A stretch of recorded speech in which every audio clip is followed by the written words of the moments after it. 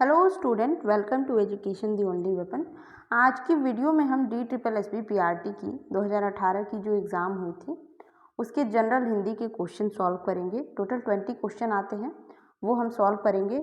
और आप जानते हैं कि प्रीवियस ईयर क्वेश्चन कितने ज़्यादा इंपॉर्टेंट होंगे आपके लिए, क्योंकि क्वेश्चन के टाइप्स और किस टाइप से हमें कितने लेवल तक की कितनी डीप तैयारी करनी है ये हमें पता चलता है। तो चलिए स्टार्ट करते हैं। तो सबसे पहला आपका जो क्वेश्चन है, हम यहाँ पे थोड़ा सा यहाँ देख लेते हैं। तो सबसे पहला आपको जो है 81 से 85 क्वेश्चन जो है आपको ये कॉम्प्रिहेंशन बेस्ड है, मतलब कि आपको पैराग्राफ बेस्ड क्वेश्चन यहाँ पे करने हैं। ये आपका पैराग्राफ है, इसको हम सबसे पहले पढ़ेंगे, उसके बेस पे क्वेश्चन करेंगे। कुछ लोग ऐसे करते हैं कि सबसे पहले प्रश्न पढ़ लेते हैं, उसके बाद से पैराग्राफ में ढूंढ करके, तो वो भी तरीका सही है, अपना अपना तरीका है, बट पहले हम पढ़ लेते हैं जल्दी से। तो हिंदी नाटक को एक नया मोड़ श्री लक्ष्मी नारायण मिश्र ने मुक्ति का रहस्य और सिंदूर की होली लिख कर दिया। ठीक है, इनकी ये दो यहाँ पे ग्रंथ हैं, इन्होंने लिखा है। दोनों समस्या नाटक हैं, सॉरी ग्रंथ नहीं है, ये नाटक है एक्चुअली। और समस्या नाटक से तात्पर्य ठेठ समकालीन जीवन की समस्याओं से है, जो बहुत कुछ व्यक्तियों के मनोजगत से संबंधित है। इसमें भावुकता से भरसक बचा गया था और इस दौर में एकांकी नाटकों का प्रचलन बढ़ा। शुक्ल जी ने लिखा है कि एकांकी भारतीय साहित्य में कोई नई विधा नहीं है और एकांकी में ही समय की बचत होती है और कथ्य को अधिक धारदार ढंग से प्रस्तुत किया जा सकता है। प्रसाद के एक घुट को अनेक विचारकों ने एकांकी कहा है। तो पहला चीज़, तो आप जब भी पैसेज को पढ़ें तो हाथ में पेंसिल या पेन ले लें और अंडरलाइन करते जाएं जो इम्पोर्टेंट चीज़ें हैं। ठीक है, अब हम नीचे देखते हैं कि किस टाइप के क्वेश्चन पूछे गए हैं। थोड़ा छोटा कर लेंगे इसको। तो क्वेश्चन किस तरह से पूछे गए हैं कि हिंदी नाटक को एक नया मोड़ किसने दिया? तो भाई किसने दिया था? लक्ष्मी नारायण मिश्र ने। एज एकदम ईजी है क्वेश्चन। दूसरा क्वेश्चन क्या है देखते हैं। दूसरा क्वेश्चन है कि लक्ष्मी नारायण मिश्र के नाटक कौन है? तो दो नाटक उनके थे और किस तरह के नाटक थे वो? तो प्रॉब्लम सॉल्विंग नाटक थे। यहाँ पे है समस्या नाटक से तात्पर्य, यहाँ पे लिखा हुआ है, इससे हमने देख लिया यहाँ पे। और अगला है सिंदूर की होली का प्रकाशन वर्ष। कितना इजी क्वेश्चन पूछा है, मतलब इतना इजी पूछ दे तो क्या ही बात है। सिंदूर की होली यहाँ पे 1934 लिखा हुआ है, तो इसका भी आंसर हो जाएगा 1934। ये हो गया, ये रहा। अगला क्वेश्चन देख लेते हैं। गद्यांश में किस आलोचक का मंतव्य उद्धृत है? तो किस आलोचक यहाँ पे थे? शुक्ल जी की बात की गई थी नीचे यहाँ पे। कहाँ गया वो?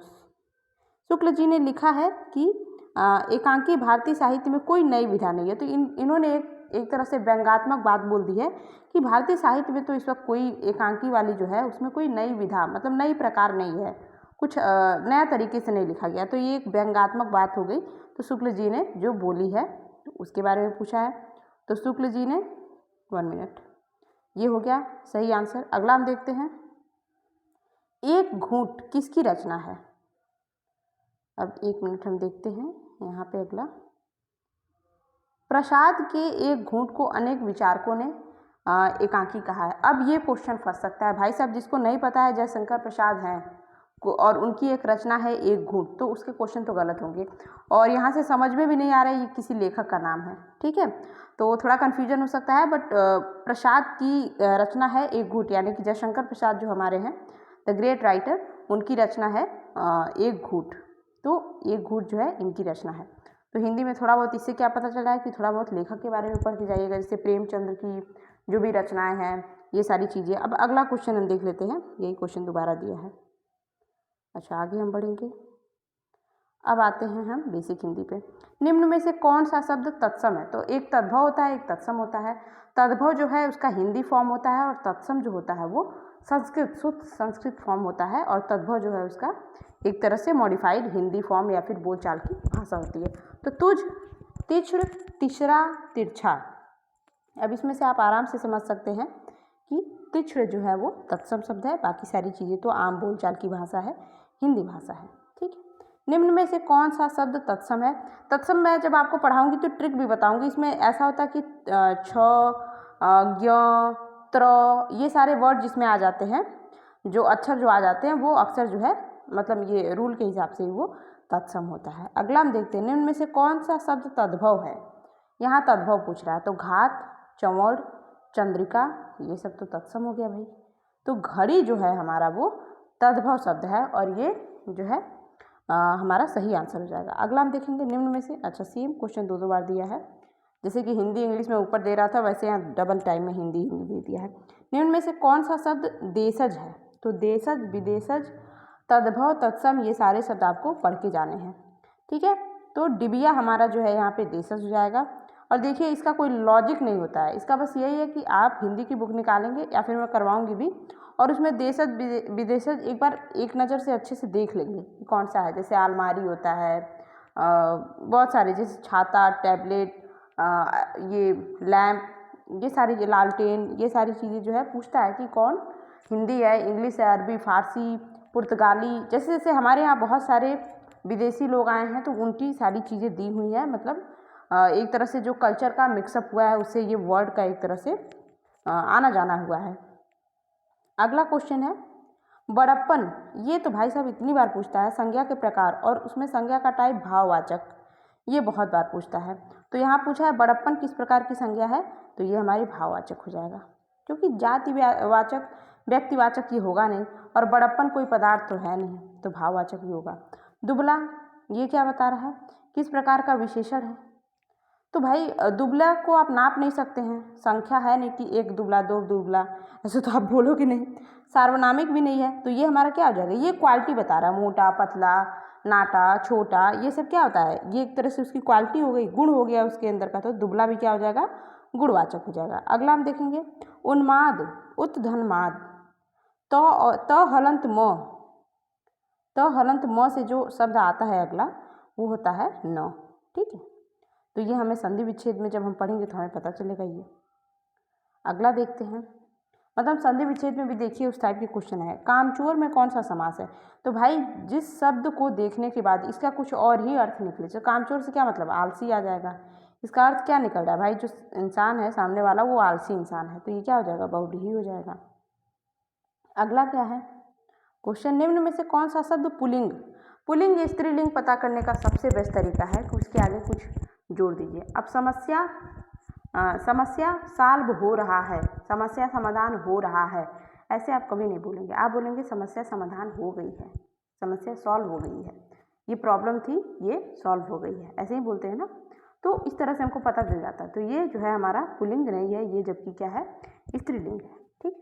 अगला क्वेश्चन देखेंगे, विवाद में उपसर्ग क्या है? तो उपसर्ग आगे के शब्द को कहते हैं और प्रत्यय पीछे के शब्द को बोलते हैं। तो उपसर्ग इसमें क्या है, वी है, वी धनवाद से विवाद बन जाता है, तो वी हमारा क्या हो जाएगा, उपसर्ग हो जाएगा। धनवान में प्रत्यय क्या है, देखिए अब पीछे वाला पूछ दिया, धन धनवान न हलंत, तो यहाँ पे क्या हो जाएगा, वान, ठीक।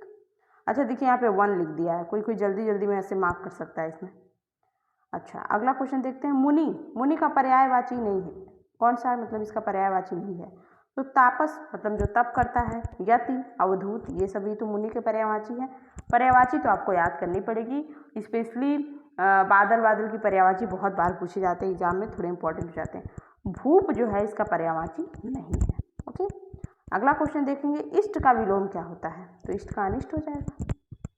अगला देखेंगे हम, जिस पर आक्रमण न किया गया हो, अनाक्रांत, उसके ऊपर कोई भी जो है आक्रमण नहीं किया है गया है। तो ये एक शब्द में आपको पढ़ना है, तुम मुझे नाराज हो, 1 मिनट, तुम मुझे नाराज हो, आप किसी को ऐसे थोड़ी बोलोगे, आप बोलोगे तुम मुझसे नाराज हो। तो इसमें अशुद्ध पार्ट कौन सा है, गलत पार्ट मुझे है, क्योंकि यहाँ होना चाहिए मुझसे, है ना, यहाँ होना चाहिए मुझसे, तो ये हो जाएगा सही आंसर। अगला हम देखेंगे, निम्न में से वर्तनी की दृष्टि, अब एक वर्तनी भी आ जाता है, और वर्तनी सही करने का सबसे बेस्ट तरीका, एक बार अपने हाथों से जो ऐसे इस टाइप के वर्ड होते हैं जो लिखा होता है इंसान ना, तो उसको समझ में आ जाता है कि भाई साहब क्या इसमें चक्कर है, क्या गलती है। तो साहित्यिक यही सही तरीका है। यहीं पे हम फंस जाते हैं अक्सर कि आधा तो य और उस पर ई की मात्रा है, ठीक है, ये हो गया। तो हमने हिंदी के सारे क्वेश्चन सॉल्व कर लिए हैं, और यस आई होप इसमें ऐसा कुछ समझने वाला तो नहीं था, पर आपको हेल्पफुल ज़रूर लगा होगा, क्योंकि हमें प्रीवियस ईयर क्वेश्चन देखना बहुत ज़रूरी हो जाता है। वीडियो अच्छी लगी है, DSSP PRT की प्रिपरेशन अगर आप कर रहे हैं तो प्लीज़ चैनल को ज़रूर सब्सक्राइब करें अगर आपको वीडियो हेल्पफुल लगती है। और हाँ, एक और बात मैं आपसे कहना चाहती हूँ, मैं बहुत सारे शॉर्ट अपलोड कर रही हूँ इस वक्त, और जो कि कहीं पर भी जहाँ पर भी जीएस पूछे जाते हैं, करंट अफेयर पूछे जाते हैं, स्टैटिक पूछे जाते हैं, तो मैं उसको बहुत ही फ़नी ट्रिक के माध्यम से शॉर्ट्स में अपलोड करती हूँ। मतलब वो मैक्सिमम 15 सेकेंड के शॉर्ट्स होते हैं, वो आपको बहुत यूजफुल हो सकते हैं। जैसे मैं आपको एक एग्जांपल बताती हूँ। जैसे आपका क्या होता है, 5 लेयर होते हैं ना एटमॉस्फेयर के, तो उसका मैंने ट्रिक बनाया तेरे साथ मेरा टॉमी एक्सपोज। ये मैंने एटमॉस्फेयर वाले चैप्टर में भी आपको कराया है। तो आप शॉर्ट अगर देखते हैं तो आपको बहुत ज़्यादा फ़ायदा होगा, क्योंकि हमारे डीएसएसबी पीआरटी में भी जो है जीएस पूछा जाएगा, जो कि इम्पॉर्टेंट है। एक एक नंबर से लोग छट जाते हैं, तो सीरियस एस्पिरेंट को एक्चुअली नंबर्स का वो रहता है कि हमें एक भी नंबर नहीं छोड़ना है। ठीक है, तो पढ़ाई करते रहें। Best of luck.